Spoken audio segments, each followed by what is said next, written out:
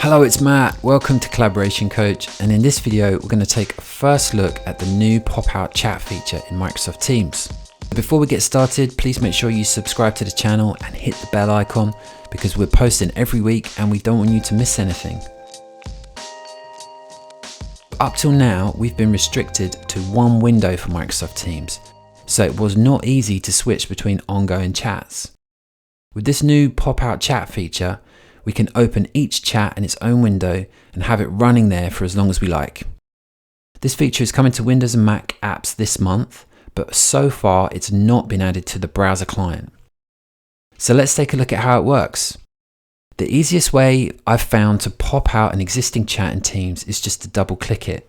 So if I go to the chat app, find the chat I want to open in its own window and double click it.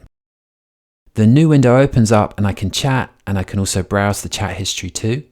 And I can just start typing, so there's no change in how that works, which is as we'd expect. As well as the double click, there are a number of different ways to pop out the chat window. If you hover over the card of an existing chat and choose the little square and arrow icon here, that will also pop it. The same icon is also found in the top right corner of an existing chat. And you can right click a chat and choose pop out chat from the top of the menu list. And those of you who like to use the command line, at the top of the Teams app you can type /pop and then the name of the person that you want to chat with. In this case I'm going to choose Megan, and then the window pops.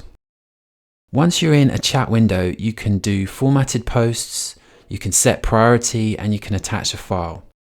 I did notice a restriction on the attaching files to a chat, because when I choose the paperclip icon to attach a file, I'm only offered the option to upload a document. Usually I get the OneDrive option here too, but it's missing.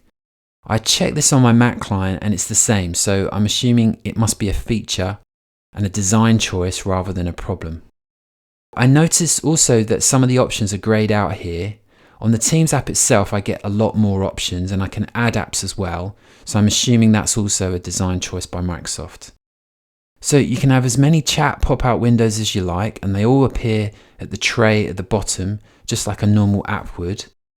And it's really convenient and useful if you're managing lots of chats at the same time. So happy popping, and let me know how it goes and if they're useful or not.